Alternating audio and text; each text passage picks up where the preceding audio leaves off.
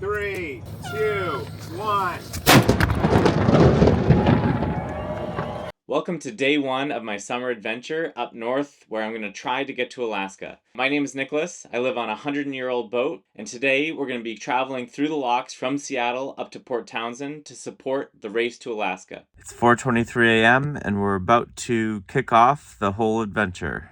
The first thing I'm going to do is make some coffee, fire up the engines, and I'm waiting on 2 guests to join me for the trip to Port Townsend. I got up a little bit too early and should have set an earlier departure time, just waiting on my friends to come join me and head to the locks, which are out there. So what I'm about to show you is a little bit gross. You may want to skip ahead. I debated including the clip or not, but it is a good example of what boat ownership is like. A couple weeks back, I actually clogged the vent of my Blackwater tank when it got a little bit too high. I decided to film it, and I needed a friend to help turn a valve that released all this air from the air tank to blow out the vent clog. And what ended up happening, it created a little bit of a back pressure. It got a little messy, gave us a little bit of a laugh, and I had to take a impromptu shower. Hopefully it's not blowing out my toilet right now. I'm sure it is.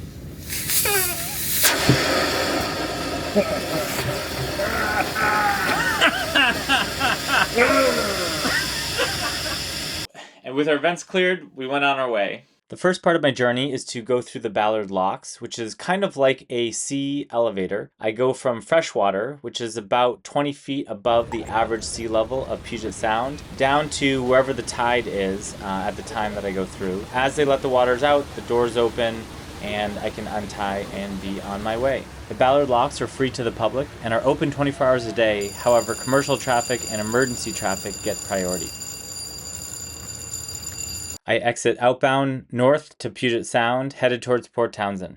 And the first thing I do is feed and caffeinate my crew.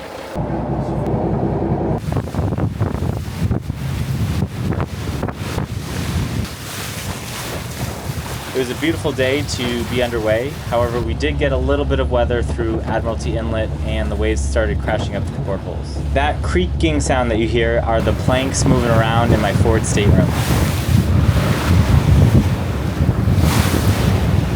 After about 4 hours underway, we made it through the Port Townsend Canal, underneath the bridge that passes over to Marrowstone Island.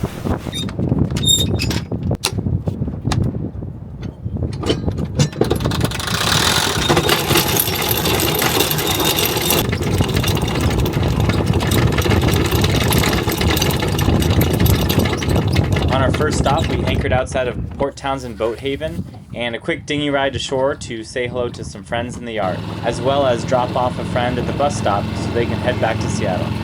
We had an all-day breakfast at Blue Moose Cafe, and then a beer over at Port Townsend Brewery.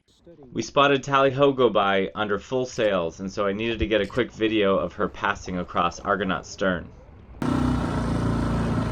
Then my friend Brad and I ran back to the boat to grill up some sausages.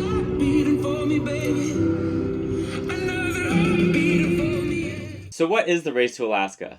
The Race to Alaska is a really cool adventure race that starts in Port Townsend and ends in Ketchikan with a short first leg that races from Port Townsend to Victoria, called the Proving Grounds, for all racers to test their boats and to qualify for the remainder of the race. The race is put on by the Northwest Maritime Center in Port Townsend, and they do a fabulous job documenting the craziness that is a bunch of people from all over the world who put together and modify these boats, which are either sailboats or rowing boats or homemade contraptions, which all compete to get up through the inside passage to Alaska. Now, what makes this race exciting is that it goes through all kinds of treacherous conditions. Dangerous whirlpools, so the water that comes through there whips around, it wants to spin your boat around. So there is a lot to hit. There are boats, there are rocks, probably even some trees overhanging here and there, as well as plenty of logs in the water. You're navigating these narrow waterways that are full of tides and currents reaching 15 knots. They create rapids and whirlpools,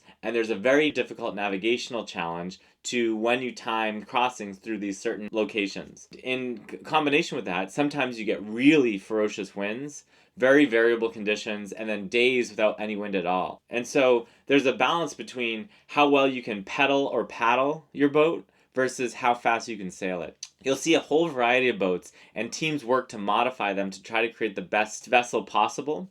And there's also a big trade-off in how much comfort you have on your boat versus are you exposing yourself to the conditions.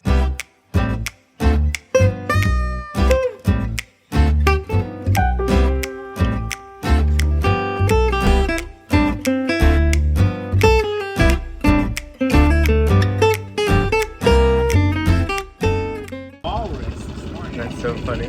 Look how videoed he is. The night before the race, Northwest Maritime Center holds a ruckus party for all of the racers, their supporters, and the entire town is welcome to come.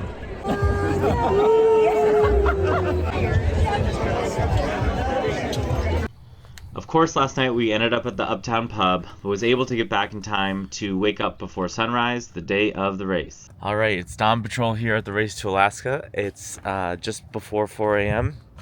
The racers should be coming out in about a half an hour. At 5 a.m. sharp, we're going to shoot off the cannon to start the race, and then shortly after that, we're going to weigh anchor and chase the racers out to Victoria. So it should be a fun day. There's a little bit of wind right now. We have a window to get there. There's a lot of concern yesterday about the conditions are looking to get pretty spicy in the afternoon. So I believe Argonaut can get there well before the wind picks up, as it's looking right now. So we're gonna go for it. As far as the rest of the racers go, anyone that's gonna be caught out in the straight after 2 o'clock or so is gonna be facing some 25, 30 mile an hour winds potentially. Here's some of the racers going now. The marching band is already playing.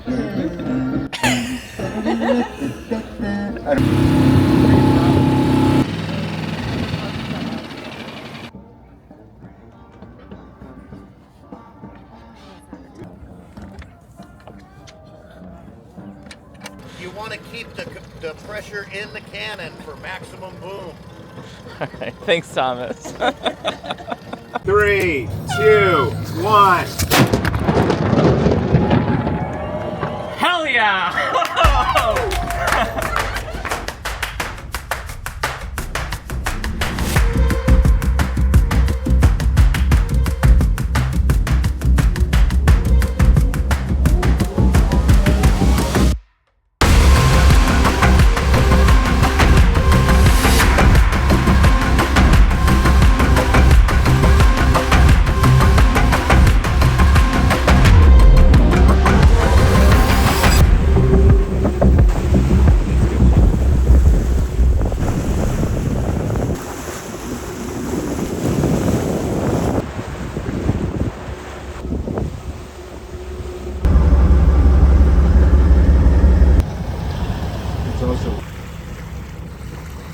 We reached Victoria and got to the customs dock around noon, and already about 3 or 4 racers have already beaten us to the finish line. It was really fun to cheer on the racers as they arrived, and later on in the afternoon, some of the folks coming in really experienced some wet conditions. Later on that evening, I hosted a happy hour for all the race volunteers. For the next 2 days, racers had the opportunity to make some last-minute modifications, repair anything that broke, and get ready for the longer leg to Ketchikan. So that's all for today's video, and in the next video, I'm going to introduce you to some of the teams so we can get to hear their stories. We'll fire off a second cannon for the second leg of the trip, and start chasing all the racers up as they make their way to Alaska. I'll also share an embarrassing moment where I actually encountered my very first emergency situation where I needed to call the Coast Guard. So make sure you subscribe, stick around for part 2 of the Race to Alaska, and find out what happened to myself and Argonaut on my way up north.